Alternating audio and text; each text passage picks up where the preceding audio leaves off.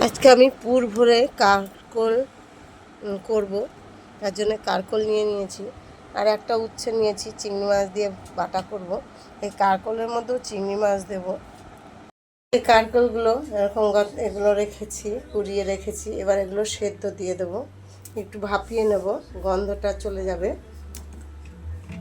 আর উচ্ছে বাটা করার জন্য উচ্ছেটাও এর সাথেই দিয়ে দেবো, একটু লবণ দিয়ে একটু ভাপিয়ে নেব। উচ্ছে বাটা করব, তার জন্যে তেল দিয়ে দিলাম কালো জিরে, দিচ্ছি দুটো শুকনো লঙ্কা, দিয়ে দিচ্ছি পেঁয়াজ, কাঁচা লঙ্কা আর চিংড়ি মাছের মাথা, রসুন। এগুলো আমি ভেজে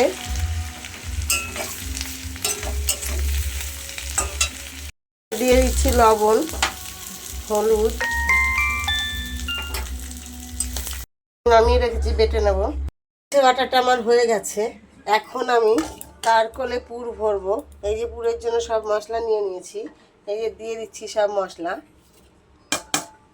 এটাতে পুর ভরে নিয়েছি, এবার ভেজে নেব।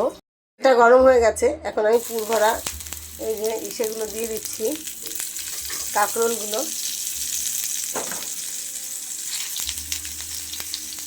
ভেজে নেব। উল্টে দেব। এ পাশটা হয়ে গেছে, একটু বেশি হয়ে গেছে,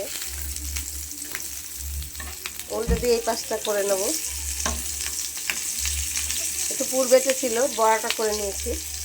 পুর ভরা কাঁকরোল ভাজা হয়ে গেছে, আমি তুলে নিচ্ছি। সুন্দর হয়ে গেছে এপাশ পাশ দুপাশই। এই যে দেখুন। ভালো লাগলে একটা লাইক কমেন্ট শেয়ার করে দেবেন। ভালো থাকবেন। ভিডিওটা দেখার জন্য অসংখ্য ধন্যবাদ।